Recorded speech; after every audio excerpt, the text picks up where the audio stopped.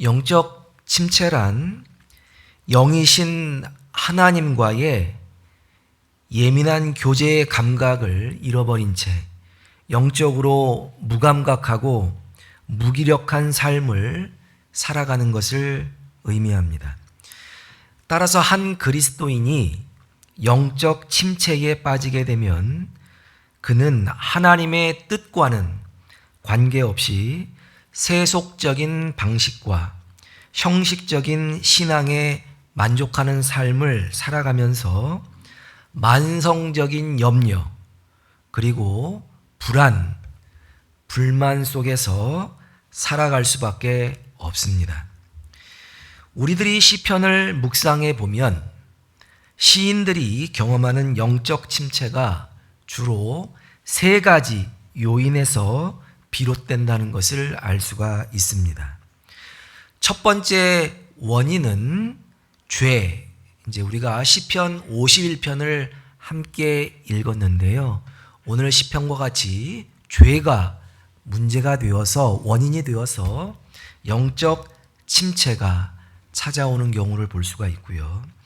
두 번째는 오랫동안 그리고 원인을 알 수 없는 계속되는 고난 때문에 환난 때문에 또 영적 침체가 시인에게 찾아오기도 합니다. 세 번째 요인은 진리에 대한 하나님의 말씀에 대한 오해, 그러니까 지혜가 부족한 것이죠. 하나님의 말씀을 잘 깨닫지 못한 데서 오는 오해 또는 무지 때문에도 영적 침체가 발생하기도 합니다. 죄로 인해서 영적 침체에 빠진 시인은 이것을 극복하기 위해 뼈를 깎는 회개를 하나님 앞에 하게 되는데, 이것을 우리는 참회시, 장르적으로 구분을 하면 참회시의 형태로 나타난 것을 볼 수가 있습니다. 두 번째, 오랫동안 계속되는 고난으로 인해서 영적 침체에 빠진 시인은 여기에서 벗어나기 위해 하나님께 간절히 부르짖게 되지요. 주여, 어느 때까지 나의 이 고난이 계속되는 겁니까? 나의 고난을 좀 살펴봐 주십시오 라고 하나님 앞에 부르짖게 되는데, 이것은 시편 13편 22편과 같은 탄원하다 할 때 탄원시의 형태로 나타나게 되는 것입니다. 셋째로, 무지로 인해서 영적 침체에 빠진 시인은 심각한 절망을, 혼돈을 경험하다가 하나님이 주시는 깨달음, 지혜를 통해서 영적 침체를 극복하게 되는데, 시편 73편의 아삽의 시를 통해서 알 수 있듯이 우리는 이것을 지혜시라고 그렇게 구분하기도 합니다. 시편에서 시인들이 경험하는 영적 침체의 원인과 그 극복 방법을 살펴보는 것은 우리들의 신앙생활에 매우 유익합니다. 중요합니다. 왜냐하면 이 성경의 인물들이 경험했던 영적 침체의 양상, 그 형태가 오늘날 우리들에게도, 현대의 그리스도인들에게도 매우 유사하게 나타나기 때문에 그러합니다. 오늘 이 시간에는 죄로 인해서 발생하는 영적 침체의 모습과 그 극복 방법을 살펴봄으로써 신앙생활에, 우리가 건강하게 신앙생활해야 되잖아요. 이 신앙생활에 귀한 교훈을 얻고자 합니다. 자, 우리들은 이제 시편 51편을 본문으로 읽었는데, 시편 51편의 제목을 통해서 이 시가 누구의 시입니까?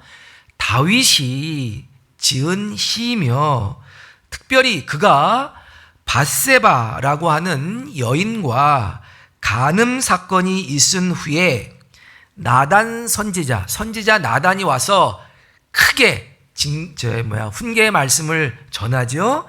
나단 선지자의 질책을 받고 하나님 앞에서 자신의 죄를 깨닫고 참회하면서 회개하면서 지은 시라고 하는 것을 알 수가 있습니다. 다윗은 밧세바와의 간음 사건 이후에 하나님과의 교제의 단절을 경험하게 되는데, 다윗은 하나님과의 깨어진 교제의 회복을 위해서 자신의 죄를 자백하고 용서를 구하는 간절한 요청을 드리고 있는 것을 볼 수가 있습니다. 자, 그런데 우리가 시편 51편에 나타난 다윗의 고백을 잘 살펴보면 다윗이 죄로 인해서 아주 깊은 고통을 경험하고 있으며 또 하나님과의 죄로 말미암은 이 교제의 단절로 인해서 오는 이 괴로움, 고통을 회복하기 위해서 뼈를 깎는 회개의 기도를 드리고 있는 것을 볼 수가 있습니다. 자, 그러면 여기서 우리가 생각해 보아야 할 것이 있습니다. 자, 그러면 왜 다윗이 그토록 하나님 앞에서 괴로워할 수밖에 없었을까? 무엇이 다윗을 그토록 힘들게 하고, 도대체 이 문제를 내가 하나님 앞에 해결하지 않으면 내가 살 수가 없어. 괴로워서 도저히 고통스러워서 살 수가 없다라고 이러한 깊은 고뇌 속에 빠질 수밖에 없었을까? 무엇이 도대체 그를 힘들게 했고, 왜 그는 여기서 그것을 벗어나기 위해 하나님 앞에 그토록 뼈를 깎는 듯한 회개에 절규를 할 수밖에 없었을까에 대해서 생각해 볼 필요가 있다는 것입니다. 자, 이스라엘의 역사를 보면 수많은 왕들이 있었습니다. 알고 계시죠? 통일 이스라엘의 왕국, 그리고 남과 북이 갈라진 이후에도 각 남왕국, 북왕국에 수십 명의 왕들. 자, 그런데 우리가 생각해 보아야 할 것은, 만약 다른 사람들이 이와 비슷한 죄를 지었다고 한다면, 다윗과 같은 죄를 지었다고 한다면, 그들이 다윗과 같이 이 죄의 문제로서 오는, 죄의 결과로서 오는 이 고통스러운 상황을 해결하기 위해서 그렇게 간절히 기도했을까요? 저는요, 성경을 저도 많이 봤어요. 여기 성경 많이 보신 분들 계시죠? 저도 성경을 제법 많이 보고 연구한 사람입니다. 그런데 이스라엘 역사를 보면요, 다윗과 비교도 안 될 만한 참으로 참혹한 죄악을 이스라엘 역사 속에서 하나님 앞에, 그리고 이스라엘 백성들 앞에 지은 왕들이 참으로 많아요. 그런데 그 왕들 중에 다윗과 같이 자신의 죄의 문제를 해결하기 위해서 간절히 하나님 앞에 기도했다, 그런 사람을 보지를 못했습니다. 자, 우리들은 흔히 무엇을 주목합니까? 죄악의 종류, 그리고 죄악의 경중, 다시 말해서 이 죄가 얼마나 무거우냐, 가벼우냐에 집중을 하곤 합니다. 따라서 우리들은 범죄와 죄악과 관련해서 누가 어떤 죄를 얼만큼 지었느냐에 관심을 갖게 마련입니다. 그래서 인간이 설정해 놓은 범죄의 무게에 따라, 이렇게 해서 이제 형법에 보면 그 양형이 있잖아요. 어떤 죄를 지면 뭐 몇 년, 어떤 죄를 지면 몇 년. 이렇게 죄악의 종류와 그리고 그 심각성, 그 죄악의 무게에 따라서 그냥 그 무거운 죄와 가벼운 죄를 정해놓고 이에 따라서 죄에 대해서 처벌을 하려고 하는 그러한 생각이 우리 머릿속에 많이 이제 길들여져 있습니다. 물론 세속 사회에서는 그러하지요. 근데 우리가 신앙세계 안에서도 죄에 대하여 이러한 가치관을 가지고 신앙생활을 하는 경우가 많이 있다는 것입니다. 이러한 생각은 죄를 우리가 이제 서로 상대방의 죄를 용서한다 라고 이제 많이 배웠잖아요. 용서해야 된다 라고 이제 배웠는데 이렇게 죄를 용서하는 과정에서도 이러한 생각이 세속적인 죄악에 대한 기준이 그대로 적용되는 것을 볼 수가 있어요. 그래서 사람들 상호간에 다툼이 발생이 되면 누가 먼저 용서를 구해야 됩니까? 누가 용서를 구해야 돼요? 당연히 죄의 무게를 정해놓고 더 큰 잘못을 저지른 사람이 더 많은 처벌을 받고 또 상대방에게 더 깊은, 더 큰 사죄, 용서를 구해야 하는 것입니다. 이처럼 우리들은 세속 사회 안에서나 신앙세계 안에서도 죄악의 경중, 죄의 크기에 관심을 지대하게 갖는 것이 뭐 시시비비를 가려야 됩니다라고 이야기하면서 관심을 갖는 것이 사실입니다. 자, 그렇다면 하나님도 전능하시고 거룩하신, 우리가 이제 그렇게 얘기하자. 하나님의 속성에 대해서 전능하시고 거룩하신 하나님 아버지라고 신앙 고백하는데, 그러면 이러한 전능하신 거룩하신 하나님도 우리들과 같이 죄의 종류, 죄의 크기에 관심을 집중하시는가? 여러분, 단연코 그렇지 않습니다. 하나님 앞에서 죄악의 크기는 큰 의미가 있을 수는 있겠죠. 그러나 큰 의미는 없습니다. 뭐란 얘기예요? 도찐 개찐이란 말 들어보셨죠? 하나님의 그 거룩한 기준, 아주 높은 기준에서 놓고 봤을 때 다 뭐예요? 그놈인 것입니다. 그냥 우리들의 낮고 천한 상대적인 기준에서 놓고 볼 때 네가 엄청나게 잘못했고 나는 그보다 조금 잘못하지 않았느냐 뭐 이러면서 서로 싸우지만, 하나님의 절대적인 기준 앞에서는 그게 큰 의미가 없다는 것입니다.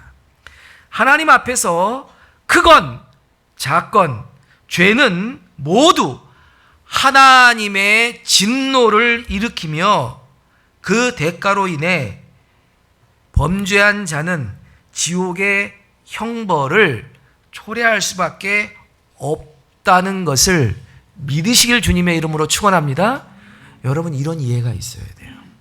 예, 내 죄가 작다 하더라도, 그리고 다른 사람의 죄악이 크다 하더라도 하나님께서 그 죄악에 대해서는 진노를 일으키시고 회개하여 주님을 영접하지 아니한다면 그것은 다 지옥의 형벌 가운데 들어갈 수밖에 없다라고 하는 것입니다.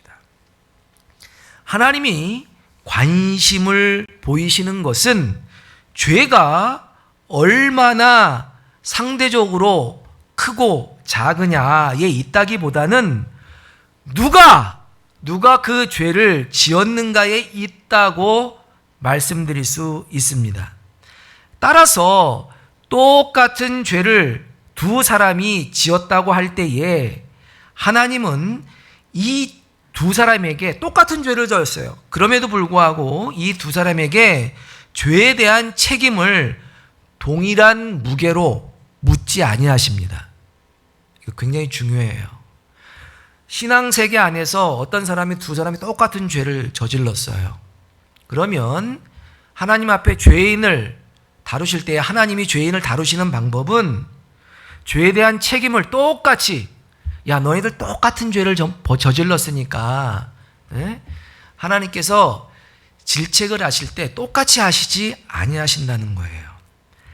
하나님은 인격적인 분이시기에 죄인을 다루실 때에 두 사람 중에 하나님의 은혜를 더 많이 경험한 사람, 하나님과 더 깊은 교제를 경험한 사람의 경우에는 그 죄의 책임을 심하게, 더 과하게 물으시고 죄인을 엄격하게 다루시지만 하나님의 은혜를 깊이 체험하지 못한 사람이라면 그 책임을 물음에 있어서 비교적 잘 알지 못하니까 하나님의 성품, 하나님의 은혜, 하나님의 사랑을 잘 모르는 사람들에게는 그 책임을 비교적 관대하게 물으시는 것을 볼 수가 있습니다. 하나님 앞에 죄의 크기는 차이가 없지만 죄인을 다루시는 방법에 있어서는 분명한 차이가 있다는 것입니다. 자, 이러한 원리는 사람과 사람 사이의 관계에서도 매우 분명하게 적용될 수 있습니다. 교인들 사이에 서로 실수로 인해 다툼이 벌어졌을 때, 자, 우리들은 일반적으로 누가 누구에게 사과해야 한다고 생각합니까? 교회에서 다툼이 벌어졌어요.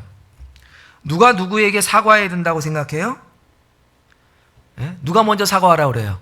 네가 나이가 어리니까 나이 먹은 사람한테 사과해야 된다, 이렇게 생각을 하지요. 또 아니면 내가 볼 때 네가 더 잘못했네, 네가 더 잘못했으니까 네가 먼저 사과해라고 일반적으로 생각을 해요. 이게 이제 한국 사회에서는 특별히 나이가 계급이라 항상 나이 어린 사람들이 먼저 사과해야 된다, 뭐 이제 이런 생각을 가지고 있는 것이 사실입니다. 자, 그러면 하나님은, 그건 우리 생각이고, 하나님은 누구에게 더 큰 책임을 물으시고 누가 사과할 것을 말씀하실까요? 말씀드린 대로 하나님의 은혜를 더 많이 경험한 사람, 그리고 성숙한 사람에게 더 많이 말씀하시고 더 먼저 사과하라고 명령하십니다. 왜냐하면 성숙하지 못한 그리스도인들, 하나님의 은혜를 체험하지 못한 사람은 들리질 않아요. 근데 기도하는 사람, 하나님 앞에 무릎 꿇고 하나님의 은혜를 기도 속에서 늘 체험하는 사람은 들려요, 안 들려요? 여러분, 들려요. 야, 가서 사과해 라고 이야기하는 그 하나님의 음성을 기도할 때마다, 그리고 나의 삶의 현장에서 세미한 음성으로, 때로는 우리의 양심의 떨림으로 하나님께서 말씀하시기 때문에 그러합니다. 여러분, 그러므로 목사님들이 성도님들과의 관계 속에서 목사님들이 성도님들에게 먼저 용서를 구하거나 구해야만 할 때가 있어요. 그거 왜 그래요? 실제로 그것이 목사님이 더 큰 잘못을 저질렀다기보다는 하나님께서 그렇게, 야, 네가 사과해, 네가 교인들에게 용서를 빌어 라고 아침에 새벽 기도회 할 때마다 말씀 볼 때마다 계속 말씀하는 거를 듣기 때문에 그래요. 듣기 때문에 그래요. 근데 뭐 기도 안 하는 사람 그게 들리겠어요? 안 들리죠? 여러분, 우리들은요, 장로, 권사, 뭐 이렇게 중직을 맡으신 분들이 뭐 대접받는 거라고 계급이라고 생각하는 경우가 굉장히 많아요. 근데 일반적으로 신앙의 연수가 깊고 그리고 성숙한 분들을 교회의 재직 그리고 중직으로 세우게 되죠. 자, 이 얘기는 뭐냐면 교인 간에 분쟁이 또는 오해, 다툼이 발생했을 때 뭐 하라는 겁니까? 장로님이 먼저 어떻게 하라는 거예요? 사과하라는 거예요. 권사님이 내가 나이 먹었으니까 저거 내 며느리 뻘이 저거, 이게 아니라 먼저 사과를 하는 것이 하나님의 뜻인 줄로 믿습니다. 자, 이게 세속 사회의 세계관과 하나님 나라의 세계관의 결정적인 차이라고 볼 수가 있습니다. 우리가 세속 세계에 나가서 그렇게 할 수는 없죠. 그러나 신앙 공동체 안에서는 그렇게 세속 사회의 법적 기준을 가지고 와서, 근데 참 문제예요. 교회에 분쟁이 있을 때마다 그거 어디로 가지고 갑니까? 세속 법정으로 가지고 가요. 그리고 뭘 증거 삼습니까? 목사님이 잘못했다고 교인들한테 사과했어요. 잘못이 있으니까 사과한 거 아니에요. 그리고 목사님들을 걸고 넘어지는 교인들이 굉장히 많이 있습니다. 자, 교회에서 먼저 사과하는 사람은 큰 잘못을 저지른 사람이 아니라 은혜를 많이 받은 사람, 성숙한 사람, 하나님의 말씀을, 세미한 음성을 크게 듣는 사람인 줄로 믿습니다. 다윗은 한 나라의 왕이었습니다. 고대 사회에서 한 나라의 왕이 여자를 취하는 것, 그리고 그 여인의 남편을 미필적 고의에 의해서 전쟁터에 나가도록 해서 결국은 죽음에 이르게 하는 것쯤은 큰 문제가 되지 않았습니다. 여러분, 실제로 큰 문제가 되지 않아요. 자, 다윗의 뒤를 이은 수많은 왕의 삶을 볼 때에도 다윗과는 비교가 안 될 만큼 큰 죄를 저지른 사람이 정말 수없이 많이 있습니다. 그러나 우리들은 그 어디에도 그들이 다윗처럼 하나님 앞에 징계를 받았으며 다윗처럼 괴로워하며 죄를 통에 자복했다는 말을, 기록을 볼 수가 없습니다. 자, 우리들은 하나님이 주시는 은혜, 복에는 관심이 많지만 그 복을, 큰 은혜를 경험한 자들이 감당해야 될 이러한 책임에 대해서는, 중요성에 대해서는 별로 관심이 없는 것이 사실입니다. 하나님이 나를 특별하게 사랑하시니 잘못이 있어도, 내가 죄를 범했을지라도 하나님이 나를 봐주시고 그냥 넘어가실 것이라고 하는 뭐 이상한 착각 속에 살아가는 사람들이 되게 많이 있어요. 특별히 저도 목사 안수를 받은 사람이지만 목사들이 그래요. 그러니까 목사님이 잘못을 해놓고도 하나님이 특별히 나를 사랑하시고 어떤 자리에 특별하게 세우셨기 때문에 이 죄를 그냥 회개하지 않고 넘어가도 문제 삼지 않으실 거다, 이런 생각을 가지고 있는 사람들이 참 많이 있다는 것입니다.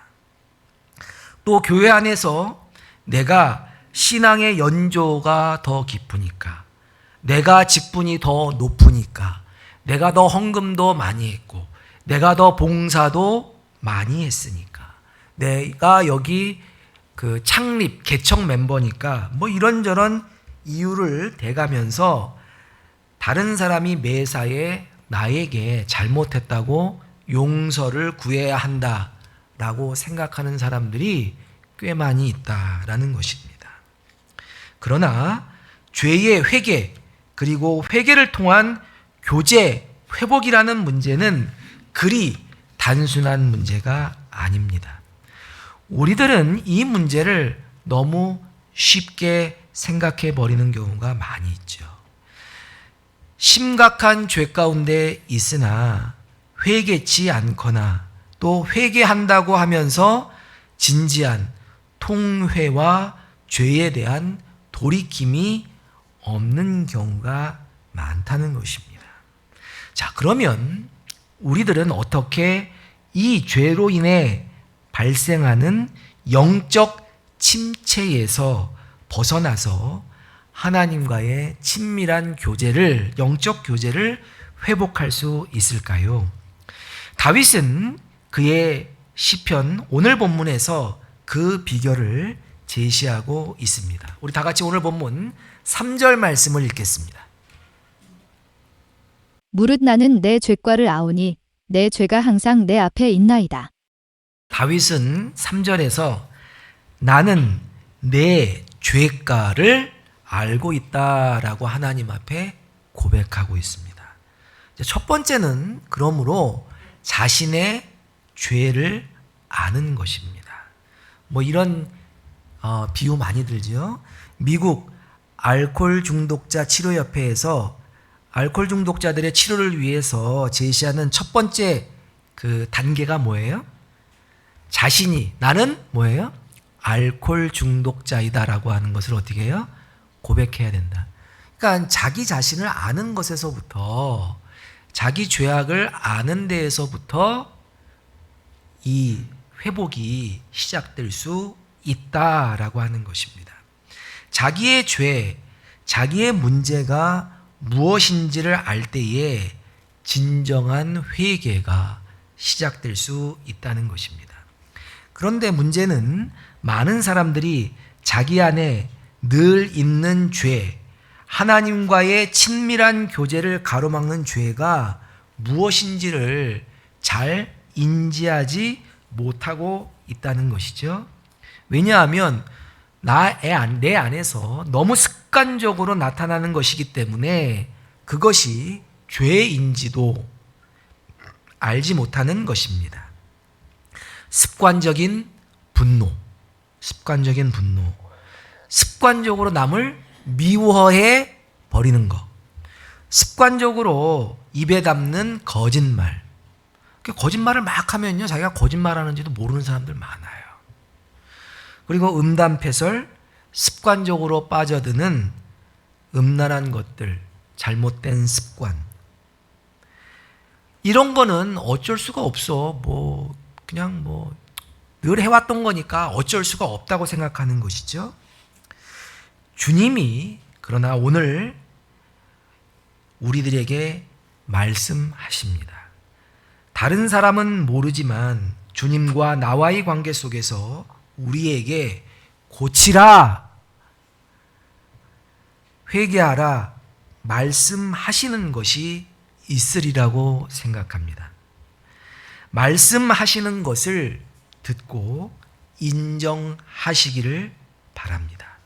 죄의 실상을 알고 고백하는 은혜가 있게 되기를 주님의 이름으로 축원합니다. 두 번째는 첫 번째가 죄를 아는 것이었다면 두 번째는 죄를 씻는 것입니다. 진정한 회개는 죄를 아는 것에서 끝나지 않습니다. 우리 안에 있는 더러운 죄악을 깨끗이 씻어내는 것을 포함하는 것입니다. 그래서 다윗은 오늘 시편을 보면 반복해서 이렇게 하나님 앞에 간구하고 있습니다. 내 죄악을 씻어주소서, 내 죄악을 지워주소서, 내 죄를 깨끗이 하소서, 우슬초로 나를 정결케 하소서. 여기서 죄를 씻는다, 지운다, 깨끗이 한다는 의미는 무엇인가? 그것은 죄악의 뿌리를 제거해 버리는 것을 의미합니다. 특별히 우슬초로 정결케 한다라는 표현이 있는데, 우슬초는 뭐와 같이 하면요, 브로콜리 같은 이 채소인데, 이 우슬초로 제단에 묻은, 이 제사를 드리게 되면 피 같은 게 이렇게 이제 들러붙잖아요. 끈적끈적하게 들러붙어가지고 잘 안 지워져요. 근데 이 우슬초를 이렇게 닦으면 그런 흔적들이 깨끗하게 지워진다고 하죠. 그러니까 이제 우슬초는 제단에 붙은 짐승의 핏자국을 깨끗하게 해주는, 오늘날로 말하면 뭐 수세미 같은 그런 역할을 했다고 합니다. 그러니까 그런 그 성령의 수세미로 나를 어떻게 하라는 거예요? 깨끗하게 좀 닦아주세요 라고 하나님 앞에 간구하는 것을 볼 수가 있습니다. 신약 갈라디아서의 표현에 따르면 너희의 정과 욕심을 십자가에 못 박으라 라고 하는 못이 있는데, 십자가에 못을 박아버리는 거예요. 더 이상 살아나올 수 없게.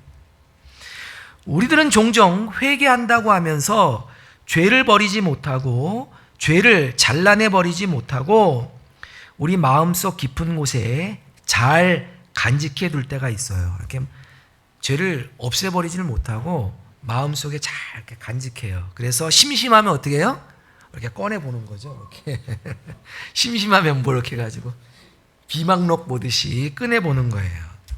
그래서 그 열받을 때마다 미움의 죄를, 내가 누구를 습관적으로 미워하는데 그 미움의 죄를 그걸 갖다가 없애지 못하고 어떻게 해요? 싹 해가지고 다 봐요.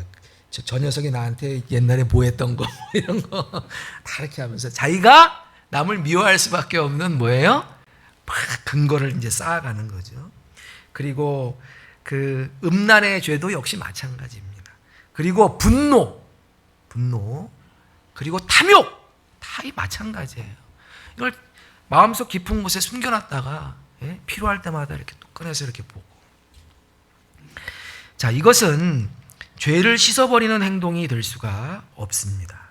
죄를 씻어버리는 것은 그 더러운 죄의 뿌리가 제거될 수 있도록 완전히 지워버리는 것이죠. 진정한 회개의 두 번째 과정.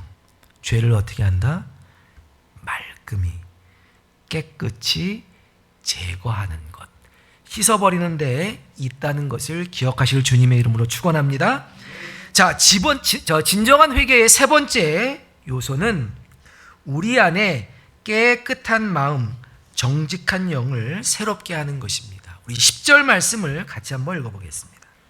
하나님이여 내 속에 정한 마음을 창조하시고 내 안에 정직한 영을 새롭게 하소서.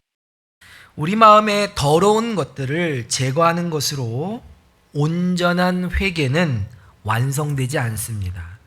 더러운 것을 제거한 후에는 뭐예요? 새로운 것, 좋은 것으로, 거룩한 것으로 우리의 심령을 채우는 것이 필요합니다. 그래야 우리의 회개가 완성되는 것이죠. 더러운 것을 버리고 거룩한 것으로 채우는 이 과정을 신약성경 에베소서에는 뭐라고 이야기합니까? 옛사람을 벗어버리고 새 사람으로 진리의 거룩하심으로 지으심을 받은 새 옷으로 새 사람을 입으라 라고 말씀하고 있는 것을 볼 수가 있습니다. 거룩한 것으로 우리의 심령을 채워야 한다는 것이죠.